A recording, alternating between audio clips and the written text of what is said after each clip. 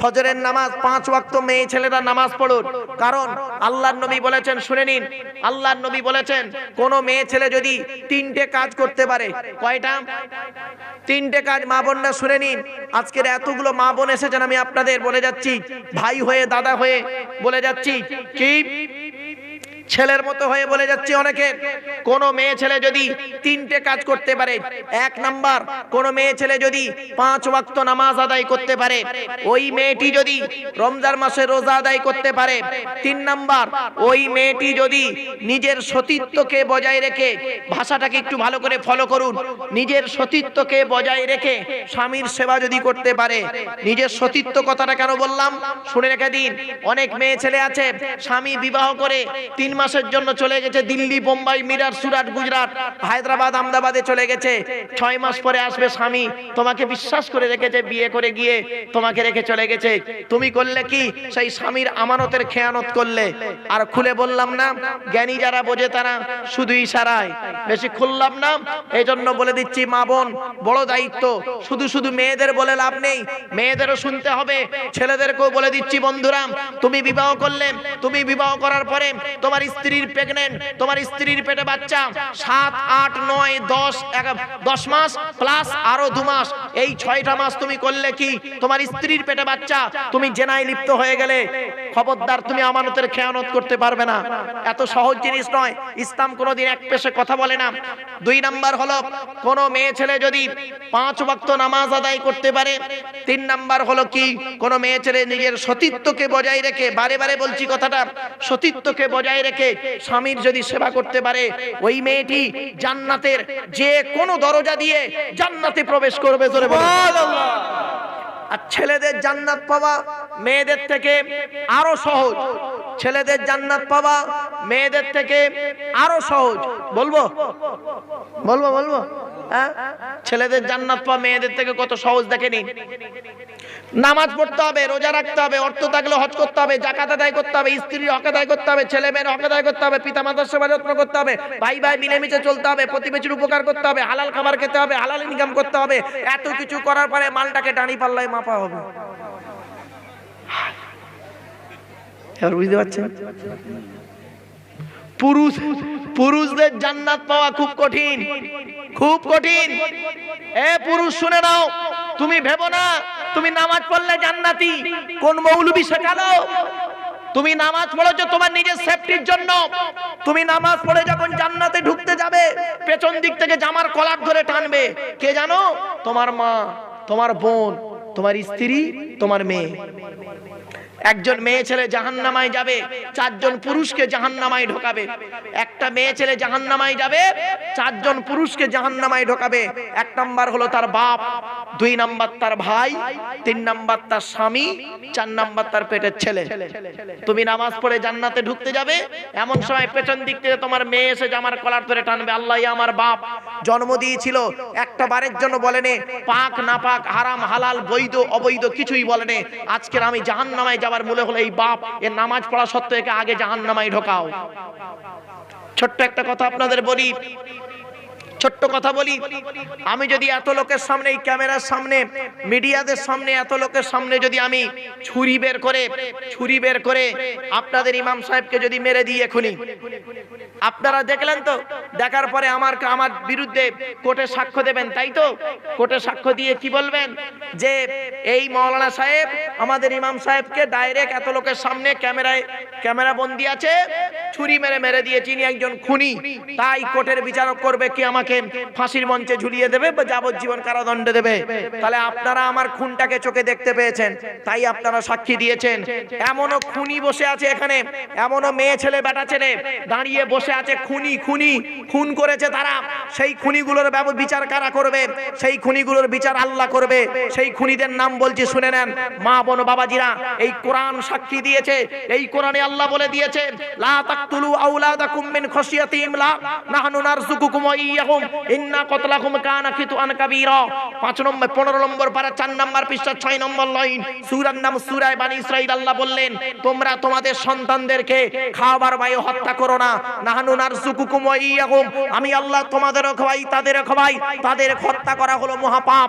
আফসোসের বিষয়, স্বামী স্ত্রী আনন্দ ফুর্তি করলে স্ত্রীর পেটে বাচ্চা এসে গেছে, স্ত্রীর পেটে বাচ্চা এসে গেছে, স্বামী স্ত্রী দুজনে মিলে যুক্তি করেছে এ বাচ্চাটা নেওয়া যাবে না, অতএব খাওয়াবো কি করে? ট্যাবলেট খাইয়ে ইনজেকশনের মাধ্যমে বাচ্চা নষ্ট করে দিয়েছো, বাচ্চা মেরে দিয়েছো। আল্লাহর কোরআন বলছে, ওয়াইজাল মাউউদাতু সুইলাত বিআইয়ি যামবিন কুতিলাত, ওই সমস্ত মৃত সন্তানদেরকে কিয়ামতের মাঠে জীবিত করে জিজ্ঞাসা করব আমি আল্লাহ, বিআইয়ি যামবিন কুতিলাত, কোন অন্যায়ের কারণে তোমাদের বাম্মা তোমাদের হত্যা করেছিল? ওই মাসুম মাসুম বাচ্চারা বলবে, আল্লাহ আমরা হত্যা হতে চাইনি, আমার বাপ আর মা আনন্দ ফুর্তি করলো, বাপের পৃষ্ঠ হতে মায়ের পেটে যখন এলাম বাপ আর মা দুজনে মিলে যুক্তি করলো, ডাক্তারের পরামর্শ নিয়ে 499 টাকা দামের ট্যাবলেট খাইয়ে ইনজেকশনের মাধ্যমে ওয়াশের মাধ্যমে আমাদের মেরে দিয়েছে। আজকের দিনে যদি জাহান্নামায় দিতে হয়, ওই বাপ আর মাকে আগে জাহান্নামায় ঢোকাও, তারপরে খোদা তোমার বিচার যা হয় করিও। দেখা যাবে এখন আপনি বুড়ো বয়সে হজ করে এসেছেন না, এখন বুড়ো বয়সে হজ করে মনে করবেন না আল্লাহর ওলি হয়ে গেছি। শুনে রেখে দিন, শুনে রেখে দিন, মনে আছে যখন আপনার বিবাহ হয়েছিল, যখন আপনার বিবাহ হয়েছিল আপনার শ্বশুর বলেছিল, আপনার শ্বশুর বলেছিল জামাইকে আমি একটা ইয়াম্মা গাড়ি দেবো আর 50,000 টাকা দেবো। তুমি সেই লোভে বিয়ে করেছিলে, 50,000 টাকা পাবে ইয়াম্মা গাড়ির বিনিময়ে তুমি বিয়ে করেছিলে। এখন হঠাৎ তোমার শ্বশুর মারা গিয়েছে, হঠাৎ তোমার শ্বশুর মারা গিয়েছে, বেচারা আর দিতে পারেনি। তুমি করেছিলে কি, তোমার স্ত্রীকে বারে বারে মারধর করেছো, বাপের বাড়ি থেকে টাকা আনার কথা বলেছো, টাকা শেষ হয়ে গেছে, বাপের বাড়িতে টাকার ইয়াম্মা গাড়ির চাপ দিয়েছিলে। লাস্টে তুমি করেছো কি, সেই মেয়েটাকে মারধর করে গলায় দড়ি দিয়ে ঝুলিয়ে দিয়েছো, মনে নেই? তুমি তার মেরে হাত ভেঙে দিয়েছিলে তোমার স্ত্রীর, সেই হাত ভাঙা নিয়ে সেই মেয়েটি, সেই হাত ভাঙা মেয়েটি আজ তোমার পা টিপে দেয়। তুমি এখন বুড়ো হয়ে গিয়ে হজ করে এসে ফেরেশতা হয়ে গেছো, আগে বইয়ের কাছে ক্ষমা চেয়ে এসো। মনে রাখবেন, মনে রাখবেন, হুকুকুল্লাহ হুকুকুল ইবাদ, আল্লাহর হক আর বান্দার হক এত সহজ জিনিস নয়। শুধু তাই নয়, শুধু তাই নয়, 3 ব্যক্তির দোয়া আল্লাহর দরবারে কবুল হয়। 1 নাম্বার হলো দাওয়াতুল মাজলুম, অত্যাচারকৃত মানুষের দোয়া। কোন স্বামী যদি তার স্ত্রীর উপরে অন্যায়ভাবে অত্যাচার করে, ওই স্ত্রীটা যদি বলে আল্লাহ আমি অন্যায় করিনি, আমার স্বামী আমার উপরে নির্মমভাবে অত্যাচার করছে, আল্লাহর তরফ থেকে গজব পড়বে। শুধু তাই নয়, অনেক শাশুড়ি আছে দেখবেন, অনেক শাশুড়ি আছে দেখবেন, নিজের মেয়েকে খাইয়ে নিয়ে ঘরের ভেতর ঢুকে বলল, বৌমা পরের মেয়ে খেয়েছে কিনা খবর নিল না। শাশুড়ি মায়েরা, আপনি বৌমা পরের মেয়েকে যদি আপন করতে না পারেন, আল্লাহ আপনারও মেয়ে দিয়েছে, লোকের বাড়ি বৌমা হয়ে যাবে, আল্লাহ তরফ থেকে গজব পড়বে, বলতে হবে না। শুধু তাই নয়, অনেক ননদ আছে দেখবেন ভাইয়ের কানে কামড়াচ্ছে যাতে ভাই ভাবিকে মারে, এই ধান্দা করে। এ যুবতী বোনেরা শুনে নাও, ঘুঁটে পড়ে গোবর হাসে, ঘুঁটে বলে তোরও একদিন আছে, তুমি ভাবি পরের মেয়েকে যদি আপন করতে না পারো, তোমাকেও একদিন লোকের বাড়ি ভাবি হয়ে যেতে হবে, আল্লাহ তরফ থেকে গজব পড়বে। অনেক বৌমা আছে দেখবেন ডেঞ্জার, অনেক বৌমা আছে দেখবেন ডেঞ্জার, স্বামীর ইনকাম বেশি, স্বামীটাকে নিয়ে ছেলেটাকে মেয়েটাকে নিয়ে খালি আলাদা খাবার ধান্দা করছে। একই দিয়ালের এপারে স্বামী স্ত্রী করছে কি, ছেলে মেয়েকে মুরগির গোশত দিয়ে ভাত খায়, আর দিয়ালের ওপারে শ্বশুর শাশুড়ি বেচারা আলু ছানা ডাল খায়। ওই বৌমার একটু বিবেকে বাঁধলো না, আল্লাহ আজ যদি আমার বাম্মা থাকতো দিয়ালের ওপারে গোপনে 1 পেয়ালা তরকারি দিয়ে আসতাম। এ বৌমা, তুমি মুফতি সাহেবের মেয়ে হও, হাজী সাহেবের মেয়ে হও, তুমি যদি তোমার শ্বশুর শাশুড়িকে নিজের বাম্মা মনে না করো, তোমার মতো বৌমাও হলো জাহান্নামী। ইসলাম কোনোদিন এক পেশে কথা বলে না। এর সঙ্গে সঙ্গে আরেকটা কথা বলে যাচ্ছি, হে যুবক ছেলে, হে বন্ধু, তুমি আজকে তোমার জন্মদাতা বাপকে দেখো না, মাকে দেখো না, আর শ্বশুর শাশুড়ির তুমি সেবা যত্ন করো, আব্বা আব্বা বলে ডাকো। মনে রেখো, তোমার মতো ছেলে হলো কুলাঙ্গার সন্তান, তোমার মতো ছেলেকে কিয়ামতের মাঠে জাহান্নামায় ছাড়া কোনো রাস্তা দেওয়া হবে না। বাস্তব কথা আজ বলে যাচ্ছি, শুনে রেখে দিন। কথাগুলো আজকের হয়তো শুনতে খারাপ লাগছে, এই গভীর রাতে কেন বলছি, বড় দুঃখ নিয়ে আজ বলে যাচ্ছি। এতদিন তো আমি টেনে টেনে ওয়াজ করেছি, আজকের কেন এইভাবে কথা বলে যাচ্ছি তার কারণটা একটু বলে দিই, শুনে নিন। অসুবিধা হচ্ছে আপনাদের? আর একটু হবে না, বন্ধ করে দেবো? আর কতক্ষণ আছে? কটা বাজে?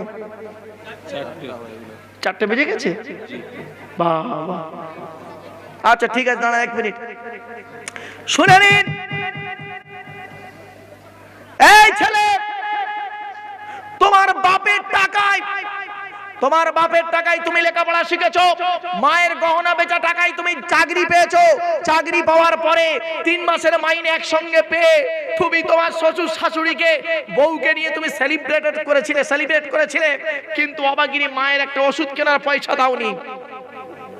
শুনে রেখে দাও বন্ধু, এ যুবক ছেলে, আজ বলে যাচ্ছি তোমাদেরকে, যাদের বাম্মা অন্ধকার নীরব নগরে চলে গেছে, কবরস্থানের জলসা, মনে রেখো তোমার বাপ আর মা গেছে কবরে, তুমিও যাবে কবরে।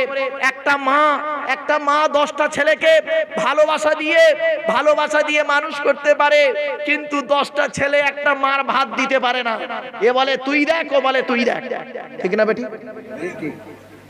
একটা বাপ 10টা ছেলেকে লেখাপড়া শেখাতে পারে কষ্ট করে, রাতের ঘুমকে, রাতের আরামকে হারাম করে দিয়ে দিনের পর দিন খাটে আমার বাচ্চার লেখাপড়া শিখবে, ছেলে আমার মাস্টার, ডাক্তার, ইঞ্জিনিয়ার, প্রফেসর হবে। আফসোসের বিষয় রে, সেই ছেলে, 4টে ছেলে একটা বাপের ওষুধ কেনার পয়সা দিতে পারে না। তুমি আবার সন্তান। এ বন্ধু মনে রেখো, কবরে তোমাকে শুতে হবে। এজন্য আপনাদের বলে যাচ্ছি, কবরস্থানের জলসা, অন্ধকার নীরব নগরে যেতে হবে প্রত্যেককেই। আল্লাহর ভয় করুন। আল্লাহর ভয় যদি আমাদের অন্তরে না থাকে, মনে রাখবেন, মা, বোন, বাবাজি, যুবক ভাইদের বলে যাচ্ছি, মরণের ভয় করুন। মরণ কিভাবে আসবে কেউ জানে না, তাই আল্লাহ পাক কোরআনে বলে দিচ্ছেন, ইন্নাল্লাহা ইনদাহু ইলমুস সাআ وينزل الغيث ويعلم ما في الأرحام وما تدري نفس ماذا تكسب غدا وما تدري نفس بأي أرض تموت إن الله عليم خبير। আল্লাহর কোরআন জানিয়ে দিয়েছে 21 নম্বর পারার 13 নম্বর পৃষ্ঠা 13 নম্বর লাইন, সূরার নাম সূরা লোকমানের শেষ 5টা আয়াত। আল্লাহ বলে, কিয়ামত কবে হবে বান্দা, তোদের কারোর বলার ক্ষমতা নাই। 2 নাম্বার হলো কোন মেঘে কতটা পানি বর্ষণ হবে তোরা কেউ জানিস না। 3 নাম্বার হলো মাতৃগর্ভে কি আছে তাও তোরা বলতে পারবি না। 4 নাম্বার হলো কি আগামীকাল কি খাবার খাবি, কত টাকা উপার্জন করবি তোরা কেউ জানিস না। 5 নাম্বার হলো কোন জমিনে কোথায় কি অবস্থায় কেমন করে মরে পড়ে থাকবি বান্দা, তোরা কেউ জানিস না। বন্ধুদের অনুরোধ করে বলে যাচ্ছি, আপনাদের আল্লাহ 2টো হাত আর পা দিয়েছে, আরে নেই? আল্লাহ আপনাদের 2টো হাত আর পা দিয়েছে। এখানে দাঁড়িয়ে বসে বসে একবার চিন্তা করুন, এই 2টো হাত দিয়ে কত মানুষের জানাজার নামাজ পড়েছেন আপনারা, এই 2টো হাত দিয়ে কত লাশকে আপনি তুলেছেন, এই 2টো হাত দিয়ে কত মানুষকে কবরে শুইয়েছেন, এই 2টো হাত দিয়ে মানুষকে কাঁধে করে নিয়ে গেছেন। বন্ধুরে একবার কি ভেবেছিলে তুমি মারা গেলে তোমার কে কাফন দেবে, তুমি মারা গেলে কে তোমাকে কবরে নিয়ে যাবে, কে তোমার কবরটা খুলবে? এই জন্য কোরআন জানিয়ে দিয়েছে, বান্দা শোন, এই পৃথিবীর জমিনে যতদিন তোরা বাঁচবি একমাত্র আমি আল্লাহ আমার ভয় করবি, মরণের ভয় তোরা করিস। আজকের মনে রাখবেন, এটাই আমার জীবনের শেষ ওয়াজ হয়ে যেতে পারে, ঠিক না বেটি? আজকে ওয়াজ করে যাচ্ছি, শুনবেন কালকের অ্যাক্সিডেন্টে আমি হয়তো মারা গেছি, হতে পারে। এজন্য মনে রাখবেন, সব সময় যেটা করছেন ভাববেন ওটাই আমার জীবনের শেষ। এ বন্ধু, তুমি কি বলতে পারো ভালোভাবে বাড়ি যাবে? মোটরসাইকেল নিয়ে যাবে, কুয়াশায় অ্যাক্সিডেন্টের শেষ। মনে রেখো, মৃত্যু তোমার কখন আছে কেউ জানে না। এই জন্য মা, বোন, বাবাজি, যুবক ভাইদের বলি, মরণের ভয় করুন, মরণের ভয় করুন। যারা কবরে গেছে মাঝে মাঝে কবরটা জিয়ারাত করবেন। আল্লাহর নবী বলেছেন, মান যারা কবর আবাওয়াইহি আও আহাদিহিমা ফি কুল্লি জুমআতিন গুফিরা লাহু ওয়া কুতিবা লাহু বারাআ। নবী বলেন, জুম্মার দিনে যদি কোনো ছেলে তার বাপ আর মায়ের কবরটা জিয়ারাত করে, ওই ছেলের দোয়ার উসিলায় বাম্মার কবরটাকে আলোয় আলোকিত করে দেওয়া হয়। জোরে বলুন সুবহানাল্লাহ। হে বন্ধু, তুমি কি মরবে না? তুমি তোমার বাপের কবর জিয়ারত করলে না? তোমার বাপের নামে দান খয়রাত করলে না? যে মায়ের গহনা বেচা টাকা নিয়ে তুমি আজকের খাচ্ছ, তোমার বাপের রেখে যাওয়া সম্পত্তি তুমি ভোগ করছো, তোমার বাপের রেখে যাওয়া বিল্ডিং এ তুমি রয়েছো। আচ্ছা বলুন তো, একটা বাপ দিনে কত টাকা খেতে পারে? 100 টাকা ধরি, আরে বলুন না। একটা বাপ দিনে 100 টাকা খেতে পারে, সকালে 50 টাকা, রাতে 50 টাকা, 200 টাকা খায়। দিনে 5000 টাকা ইনকাম করার জন্য লোক ছোটে কেন? বলুন। একটা বাপ, মা বোনরা ভালো করে শুনে নিন, একটা বাপ দিনে সারাদিনে 200 টাকা খেয়ে শেষ করতে পারবে না, তো সে দিনে 5-10 হাজার টাকা ইনকামের জন্য ছোটে কেন? বলুন। একটা বাপ দিনে যদি 200 টাকা খায়, মাসে কত হবে? 6000 টাকা, তাই তো? 6000 টাকা খেলে ইনকাম করলে তার হয়ে যায়, সে কিন্তু 60,000 টাকা ইনকাম করতে যায় কেন? কারণ সে নিজের জন্য করে না, সে করে ছেলেদের জন্য, সন্তানদের জন্য। আর নেমকারা সন্তান এমন আছে, তারা সেই বাপে রেখে যাওয়া সম্পত্তি ভোগকারী, তাদের নামে দান খয়রাত করে না, তাদের কবরটাও জিয়ারত করে না। আর কবরস্থানগুলো গিয়ে দেখবেন, পশ্চিম বাংলা তথা এই ভারতবর্ষ তো দূরের কথা, পশ্চিম বাংলার কবরস্থানগুলো বেশি, পশ্চিম বাংলার কবরস্থানগুলো ভালো নেই। কত কবরস্থানে গরু পায়খানা ফেরে, কবরস্থান উলঙ্গ, মানে কি বলবো, জঙ্গল, সাপের আড্ডা, জঙ্গল, মানে জঘন্য হয়ে আছে কবরস্থানগুলো। কেন? আপনার বাড়ির ঘরটা করেছেন, মজাক দিয়েছেন, প্লাস্টার করেছেন, পাথর বসিয়েছেন, আর কবরস্থানটা সুন্দর করে পরিষ্কার করে ফুলের বাগান টপ লাগাতে পারেন না। শুনে রেখে দিই, বাংলাদেশের জেলা উপজেলা মিলে 64টা। একজন চেয়ারম্যানের বাড়ি আমি গিয়েছিলাম, বাংলাদেশে একজন চেয়ারম্যানের বাড়িতে আমি গিয়েছিলাম জলসা করতে। তা ওনার বাড়িতে কবরস্থান দেখলাম, উঠান বলেন, উঠানে ওনার কবরস্থান। আমি দেখে অবাক, এত সুন্দর ফুলের বাগান, আর লাইট দিয়ে রেখেছে না, যেন মনে হচ্ছে এখানে বসে থাকি ঘন্টাখানেক। 15-16টা কবর আছে, আত্মীয়দের, বাপ, চাচা, দাদা, দাদি, নানা নানিদের কবর, মানে ফুলের বাগান। কবরের মাঝখানে 2 ফুট করে ফাঁক আছে, আর প্রত্যেক ফাঁকে করেছে কি, একটা করে ফুলের টব বসিয়ে রেখেছে, দামি দামি ফুলের টব। পুরো কবরস্থানটা দেখলে মনে হবে একটু ঘন্টাখানেক বসে থাকি এখানে। আর এই এখানকার কবরস্থানগুলোকে দেখবেন, বাপরে বাপ, ভয়ে থেকেও যেতে চায় না, ঠিক না বেটি? আজ আমি আপনাদের বলে যাচ্ছি, কবরস্থানের নাম দিয়ে কোনোদিন বেইজ্জতি করবেন না। কবরস্থানের নাম দিয়েছেন, আলহামদুলিল্লাহ। কবরবাসীর জন্য কি করবেন? প্রতি মাসে শুক্রবারে প্রত্যেক শুক্রবারে কবর জিয়ারত করবেন। রাসূলুল্লাহর হাদিস, তুমি তোমার বাপের মায়ের কবর জিয়ারত করো। বাস্তব কথা বলে যাচ্ছি। আর শুধু তাই নয়, বাম্মা মারা গেছে, তাদের নামে দান খয়রাত করবেন, গরিব ফকির এতিম মিসকিনদের খাওয়াবেন। তবে হ্যাঁ, এই টাকা পয়সা মাদ্রাসায় যখন দেবেন না, এই জাকাত টাকাত যখন মাদ্রাসায় দেবেন, গিয়ে সামনে দাঁড়িয়ে থেকে ওই সদকাটা জবাই করে খেতে বলবেন। অনেক মাদ্রাসায় কি করে জানেন? জাকাতের টাকা, সদকার টাকাগুলো নিয়ে ছেলেদের খাওয়ানোর টাকা নিয়ে খালি বিল্ডিং করতেছে, ঠিক না বেঠিক? কথাগুলো শুনতে খারাপ লাগবে, কিন্তু বাবা বলতে হবে আমাকে। আপনি দিচ্ছেন একটা গরিব বাচ্চাকে, এতিম বাচ্চাকে খাওয়ার টাকা, হুজুররা করছে কি, মাদ্রাসা কর্তৃপক্ষ করছে কি, সেই টাকা বাচ্চাদের খাওয়ায় না, বাচ্চাদের খাওয়াচ্ছে ডাল আলু ভর্তা, বাচ্চাদের একদম লো কোয়ালিটির খাবার খাওয়ায়। 100-র মধ্যে 90টা খারিজি মাদ্রাসায় ছেলেদের খাবার কোয়ালিটি একদম জঘন্য। যদি বললেন জানলেন কি করে, আমি একটা খারিজি মাদ্রাসার ছাত্র, আমি জানি। লক্ষ লক্ষ টাকা নিয়ে বিল্ডিং করছে, তোর বিল্ডিং করতে কে বলেছে? থাকার লোক নেই, ছেলেদের খাওয়ার নাম নেই। তা একটা ছেলেকে, মেরিট ছেলে বের করতে গেলে ব্রেনটা ভালো খাওয়াতে হবে, ঠিক না বেঠিক? আমার বাপেরা, এজন্য আপনাদেরকে বললাম, কথাগুলো শুনতে হয়তো খারাপ লাগবে, কিন্তু আপনাদেরকে বলছি বাবা, অনুরোধ করে বলে যাচ্ছি, নামাজ পড়ুন। নামাজ কারোর জন্য মাপ নাই। রোজা রাখুন, অর্থ থাকলে হজ করুন, যাকাত আদায় করুন, স্ত্রীর হক আদায় করুন, পিতামাতার সেবা যত্ন করুন, ভাই ভাই মিলেমিশে চলুন, প্রতিবেশীর উপকার করুন। মোনাজাত করে দেবো, কেউ যাবেন না, আমি হাত জোড়ো করে বলে যাচ্ছি, কেউ যাবেন না, এখনই মোনাজাত করে দেবো। তার আগে আমি 2টো কথা বলবো আপনাদের, 2 মিনিট সময় নিতে দেবেন? 2 মিনিট 2টো কথা বলবো।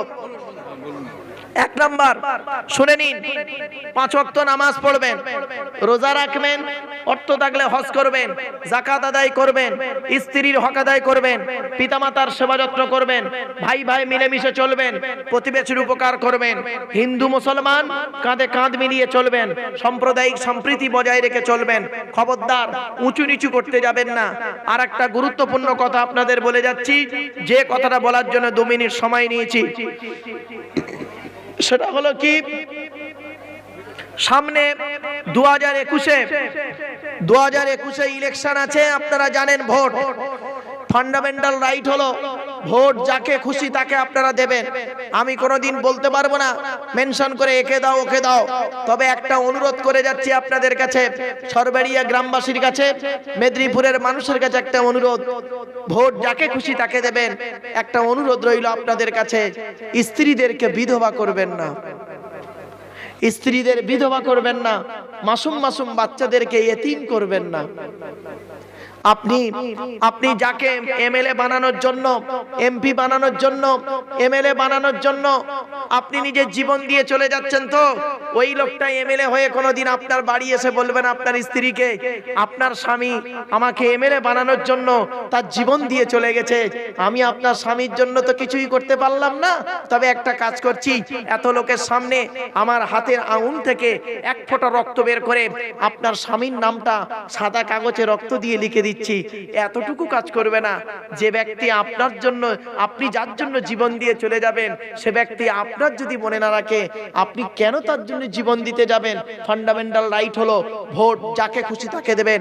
আর আমি নিজে একজন প্রিসাইডিং অফিসার, আর প্রিসাইডিং অফিসার হতে গেলে তার কি কি গুণ সেটা সকলেই জানে। সেজন্য আপনাদেরকে বলি, ভোট যাকে খুশি তাকে দেবেন, তবে অনুরোধ রইল স্ত্রীদেরকে বিধবা করবেন না, বাচ্চাদেরকে এতিম করবেন না। এই অনুরোধ আপনাদের কাছে বলে গুটিগত কথা বলে বক্তব্য শেষ করব।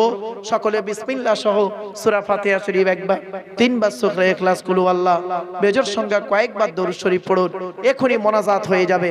বাড়ির মা বোন বাবাজি যুবক ভাইয়েরা, অনেক কথা বলেছি, ভাষাগত দিক থেকে মা বোনেরা ভাইয়েরা যুবকেরা বাবাজিরা আমারে আল্লাহর রাস্তায় ক্ষমা করবেন। ঈমান নিয়ে যেন থাকতে পারি, ঈমান নিয়ে যেন মরতে পারি। সকলে পড়তে থাকুন, মোনাজাত হবে। সালাম